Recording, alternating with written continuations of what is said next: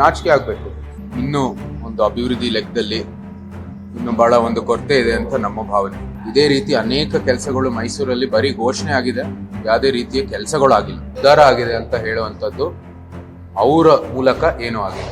ಕಪ್ಚುಕ್ಕಿಗಳು ಲೆಕ್ಕ ಮಾಡ್ತಾ ಇದ್ರೆ ಈಗ ಕಾಗೆಯಲ್ಲಿ ಕಪ್ಚುಕ್ಕಿಯಲ್ಲಿ ಎಲ್ಲಿ ಏನು ಮಾಡೋಕ್ಕಾಗಲ್ಲ. ಭ್ರಷ್ಟ ಆಡಳಿತ, ವ್ಯವಸ್ಥೆ ದುರ್ಬಳಕೆ, ದುರಾಡಳಿತ ಎಲ್ಲಕ್ಕೂ ಹೆಸರುವಾಸಿ ಆಗ್ತಾ ಇದೆ ನಮ್ಮ ಕರ್ನಾಟಕ.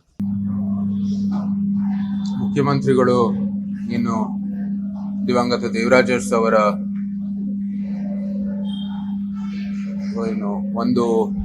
ಒಂದೂವರೆ ಅವಧಿಗಳು ಇನ್ನು ಸಮಯವನ್ನು ಅದರನ್ನು ಮೀರಿರ್ತಕ್ಕಂಥದ್ದು ಏನು ಇವತ್ತು ನಾಳೆ ಏನೋ ಅದು ಸಾಧಿಸ್ತಾರೆ ಅಂತ ಒಂದು ಸುದ್ದಿ ಎಲ್ಲರ ಕಡೆ ಹೋಗ್ತದೆ. ಸಹಜವಾಗಿ ಅದು ಒಂದು ಸಂಗತಿ, ಯಾರು ಏನೋ ಅನುಮಾನ ಇಲ್ಲ ಅದ್ರಲ್ಲಿ.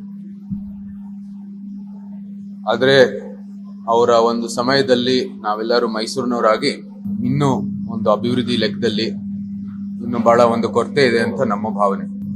ನಮ್ಮ ಏರ್ಪೋರ್ಟ್ ವಿಚಾರ ಇರ್ಬೋದು, ಶಿವಮೊಗ್ಗ ನೋಡಿ, ಹುಬ್ಳಿ ನೋಡಿ, ಬೆಳಗಾಂ ನೋಡಿ, ಮಂಗಳೂರು ನೋಡಿ, ಇವತ್ತು ಕಲ್ಯಾಣ ಕರ್ನಾಟಕ ಕಡೆನೂ ಕೂಡ ಏರ್ಪೋರ್ಟ್ಗಳು ಅಭಿವೃದ್ಧಿ ಆಗ್ತಾ ಇದೆ. ಮೈಸೂರಿನಲ್ಲಿ ನಮ್ಮ ತಾತನವರೇ ಕೊಟ್ಟಿರ್ತಕ್ಕಂಥ ಜಮೀನು, ಅವ್ರದೇ ಆದಂತಹ ಏರ್ಪೋರ್ಟ್, ಇವತ್ವರೆಗೂ ಅದು ರನ್ವೇ ಟಾರಿಂಗ್ ಮಾಡಿ ಒಂದು ಟರ್ಮಿನಲ್ ಮಾಡೋದು ಹೊರತು ಇನ್ನೇನು ಕೆಲಸಗಳು ಆಗಿಲ್ಲ.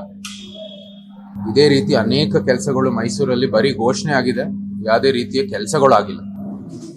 ಇದು ಅವರು ಮುಖ್ಯಮಂತ್ರಿ ಆಗಿರೋದು ಒಳ್ಳೇದು, ನಾವು ಯಾರು ಅಭಿನಂದನೆಗಳನ್ನು ಹೇಳೋದ್ರಲ್ಲಿ ಏನು ಸಮಸ್ಯೆ ಇಲ್ಲ.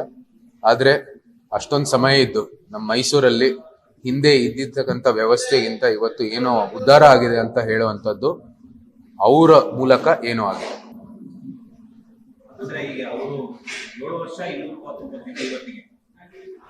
ದಿನ ಕಳೆದ್ರೆ ಅರಸು ದಾಖಲೆನ ಬ್ರೇಕ್ ಮಾಡ್ತಾರೆ. ಈ ಸಂದರ್ಭದಲ್ಲಿ ಅವರ ಅಷ್ಟು ವೈಫಲ್ಯಗಳನ್ನು ಕೂಡ ಬಿಜೆಪಿ ನಾಯಕರು ಲೆಕ್ಕ ಹಾಕಿ ಏನು ಸಾಧನೆ ಆಗಿಲ್ಲ ಅಂತ ಹೇಳ್ತಾರೆ. ಆದ್ರೆ ಅವರು ಕಾಲದ ಹಗರಣಗಳಿರುತ್ತೆ, ಸಾಕಷ್ಟು ದೊಡ್ಡ ಮಟ್ಟದಲ್ಲಿ ಸರಿ ಮಾಡಿದ್ರು. ಕಪ್ಚುಕ್ಕಿಗಳು ಲೆಕ್ಕ ಮಾಡ್ತಾ ಇದ್ರೆ ಈಗ ಕಾಗೆಯಲ್ಲಿ ಕಪ್ಚುಕ್ಕಿಯಲ್ಲಿ ಎಲ್ಲಿ ಏನು ಮಾಡೋಕ್ಕಾಗಲ್ಲ. ನೋಡಿ, ಅವರು 11 ಎಷ್ಟೋ ಈಗ ಹಗರಣಗಳು ನಾವು ಉಲ್ಲೇಖ ಮಾಡ್ತಾ ಹೋಗ್ಬೋದು. ಮೂಡ ಇರ್ಬೋದು, ವಾಲ್ಮೀಕಿ ಹಗರಣ ಇರ್ಬೋದು, ಇವಾಗಲೇ ಗೃಹಲಕ್ಷ್ಮಿದು ವಿಚಾರ ಬಂತು ಆಚೆಗೆ. ನಂತರ ಕಾನೂನು ಮತ್ತು ಸುವ್ಯವಸ್ಥೆ ನಾವು ಕೂಡ ನಮ್ಮ ಅಧಿವೇಶನದಲ್ಲಿ ಎತ್ತಿದ್ದೀವಿ. ಮೈಸೂರು ಡ್ರಗ್ಸ್ ಕಾರ್ಖಾನೆ ಇರ್ಬೋದು, ನಮ್ಮ ಉದಯಗಿರಿ ಠಾಣೆ ಮೇಲೆ ಹಲ್ಲೆ ಮಾಡುವಂಥದ್ದು ಇರ್ಬೋದು, ಬೆಂಗಳೂರಿನಲ್ಲಿ 2 ಡ್ರಗ್ಸ್ ಘಟಕಗಳನ್ನು ಪತ್ತೆ ಮಾಡುವಂಥದ್ದು ಇರ್ಬೋದು, ನಮ್ಮ ಪೊಲೀಸ್ನವರೆಲ್ಲ ಮಹಾರಾಷ್ಟ್ರ ಪೊಲೀಸ್ ಬಂದು ಇಲ್ಲಿ ಅವ್ರನ್ನ ಪತ್ತೆ ಮಾಡಿರ್ತಕ್ಕಂಥದ್ದು. ನಾಚಿಕೆ ಆಗ್ಬೇಕು. ಕಾನೂನು ಇಲ್ಲಿ ಕರ್ನಾಟಕದಲ್ಲಿ ಏನ್ ಕೊರತೆ ಇದೆ? ಒಳ್ಳೆ ವ್ಯವಸ್ಥೆ ಇದೆ, ಒಳ್ಳೆ ಪೊಲೀಸ್ ಅಧಿಕಾರಿಗಳಿದ್ದಾರೆ, ಅವ್ರಿಗೆ ಸ್ವಾತಂತ್ರ್ಯ ಕೊಡಬೇಕು ಕೆಲಸ ಮಾಡೋದಕ್ಕೆ. ಇವತ್ತು ಅಧಿಕಾರಿಗಳು ಕೂಡ ಒಂದ್ ರೀತಿ ಇದರಲ್ಲಿ ಶಾಮೀಲಾಗಿದ್ದಾರೆ ಅಂತ ಒಂದು ಅಭಿಪ್ರಾಯ ಬಂದ್ಬಿಟ್ಟಿದೆ. ಯಾಕೆಂದ್ರೆ ಬೇರೆ ರಾಜ್ಯದಿಂದ ಬಂದು ಇವತ್ತು ಅದನ್ನ ಇಲ್ಲಿ ಬಂದು ಡ್ರಗ್ಸ್ ಒಂದು ಘಟಕ ಪತ್ತೆ ಮಾಡ್ಬೇಕಾದ್ರೆ ಇದೇ ರೀತಿಯ ಒಂದು ಅಭಿಪ್ರಾಯಗಳನ್ನು ಬಂದಿದೆ.